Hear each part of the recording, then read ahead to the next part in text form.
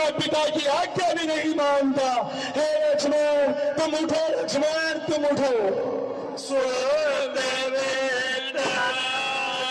भवन परिवार हो जाए जग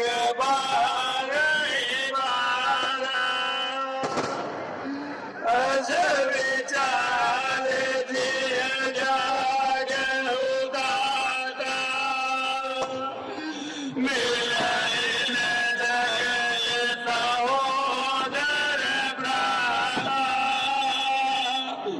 मनुष्य की भांति विलाप करते हुए श्री राम कहते हैं कि हे लक्ष्मण, इस संसार में पुत्र, धन, नारी, भान, परिवार ये सब बार बार मिल सकते हैं, एक बार बिछड़ने पर भी इन्हें पुनः प्राप्त किया जा सकता है। परंतु हे लक्ष्मण, हे भाई, तुम्हारे जैसा सहोदर भाई अगर एक बार बिछड़ जाए तो फिर दोबारा नहीं मिल सकता। भाई तुम कहाँ हो? भाई तुम उठो, तुम उठते क्यों नहीं हो? यदा पंग बिनु गगपति देना बड़ बिनु बड़ी करे बर करना असमम जीवन तो जो देखिए मैदान में दुष्ट रावण अपने अहंकार का बोझ नहीं झेल पा रहा और वह समय से पहले ही प्रभु श्री राम की शक्ति का अंदाजा लगा लेता है। और देखिए रावण धू करके चलने लगा है।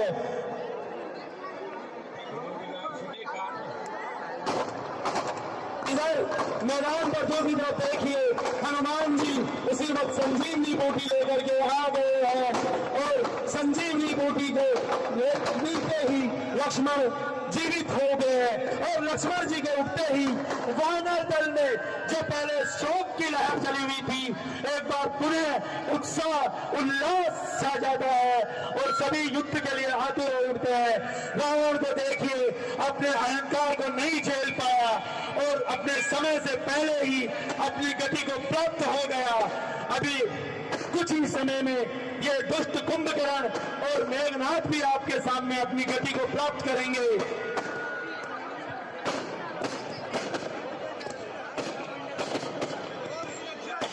और देखिए जिस तरह से रावण के जाकर के कोई पटाखा लगा था उसी तरह से हमारे पास भी आ सकता है।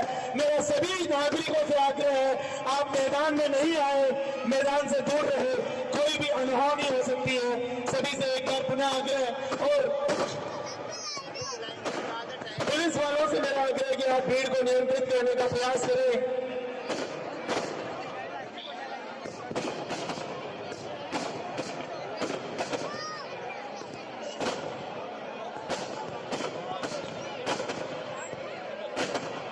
देखिए अब मेघनाथ भी अपनी गति को प्राप्त हो, कुंभकर्ण भी अपनी गति को प्राप्त हो रहा है और रावण के दाईं तरफ कुंभकर्ण, दाईं तरफ मेघनाथ। रावण ने तो पहले ही हताश होकर अपने हथियार डाल दिए। अब कुंभकर्ण भी धूधू कर अपना शरीर त्याग रहा है और कुछ इच्छा नहीं। अभी मेघनाथ का पुतला भी हम चलते हुए देखेंगे, लेकिन एक बार पुनः आग्रह हम अति उत्साह में आगे न जाएं, अपनी सुरक्षा में स्वयं करें।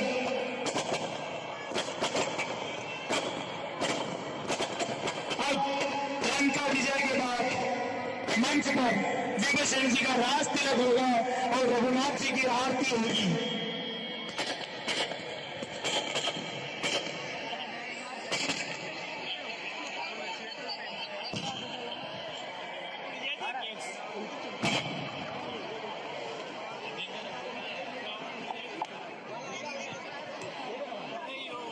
यही है दोस्तों, प्रभु की इच्छा के आगे कुछ नहीं होता है।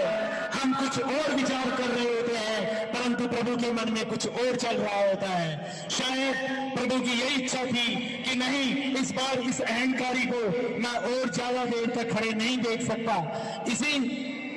इसी कारण शायद ये अहंकारी अपने समय से पहले ही अपनी गति को प्राप्त हुआ। राम रचि राखा। तो शायद प्रभु श्री राम की यही इच्छा थी कि इस बार थोड़ा समय से पहले ही ये दुष्ट राक्षसों का नाश हो जाए।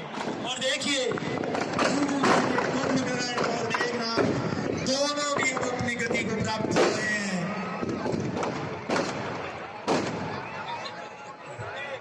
एक बार पुनः आकर थोड़ा सा हम अपने को संयमित रखें और जलते हुए पुतलों के नजदीक जाने का प्रयास नहीं करें। हम अपनी सुरक्षा स्वयं करें। जब ये अहंकारी इतना बलशाली रावण अपनी सुरक्षा नहीं कर पाया तो हम तो इसकी नजरों में, रावण की नजरों में हम तो एक तुच्छ प्राणी हैं, क्योंकि रावण ने प्रभु श्री राम को भी यही मानकर बहुत बड़ी भूल की थी और कि ये तुच्छ एक मनुष्य मेरा क्या कर लेगा, जिसका परिणाम उसे भोगना पड़ा।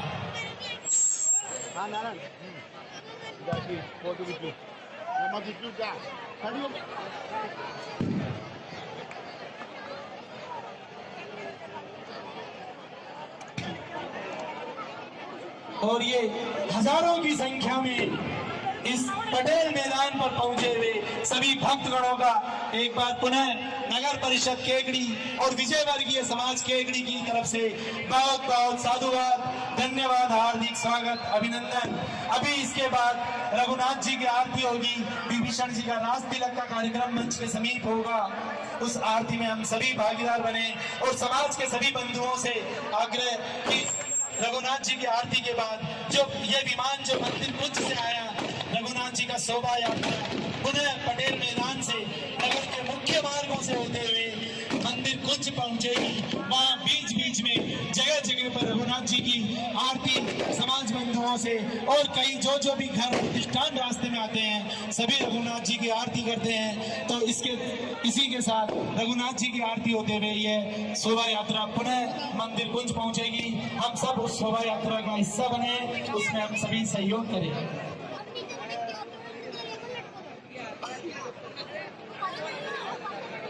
और समाज के कार्यकर्ताओं से अनुरोध, विभीषण जी का रास तिलक की तैयारी करें।